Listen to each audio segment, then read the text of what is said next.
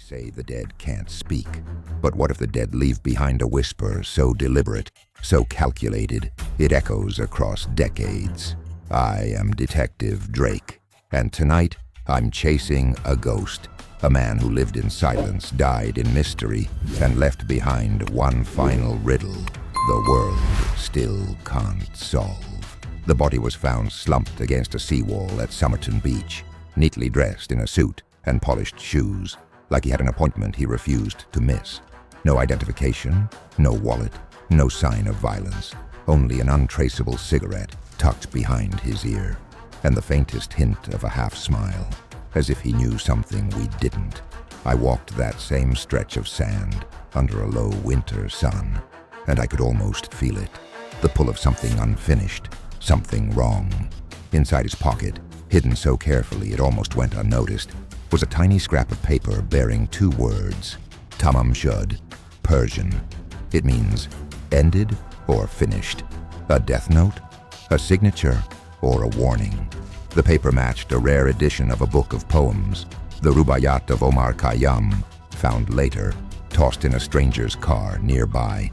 Tucked into the back of that book was a cipher, 5 lines of random letters, no key, no pattern. At last none that anyone's cracked. Standing in the evidence room, holding the brittle scrap under the fluorescence, I had a thought. When a man takes this many steps to erase himself, it's not a suicide. It's a message meant for someone else. A private conversation between killer and victim, and we were never supposed to overhear it. Autopsy reports hinted at a poison, fast-acting, leaving no trace. A professional's tool. His organs were congested with blood. His pupils were sharply small. Classic signs, but no substance ever found. Every theory spiraled outward from there. Soviet spies, scorned lovers, black market smugglers.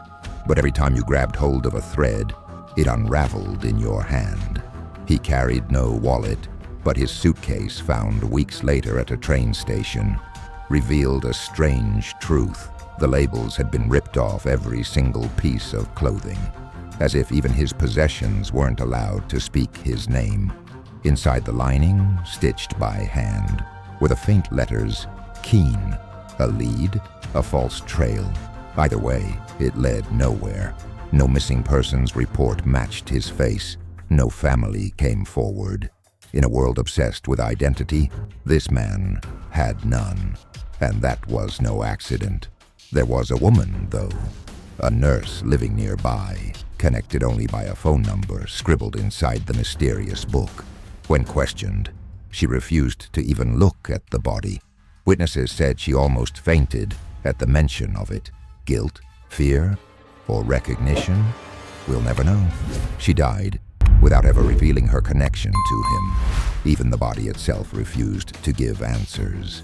Decades later, DNA testing found something curious. He possessed rare genetic traits linked to people from Eastern Europe. Another door opened, only to reveal 100 more closed ones. Driving away from Somerton Beach, watching the tide erase the footsteps I'd left behind, it struck me. Maybe the Somerton man wasn't trying to hide from us. Maybe he was trying to escape something worse. Something that could reach across oceans, burn through records, silence anyone who got too close. We like to believe that death is the ultimate reveal, the final act that explains the story. But sometimes, death is just another locked door, and behind it, only silence. And sometimes, that silence says more about the world we live in than any confession ever could.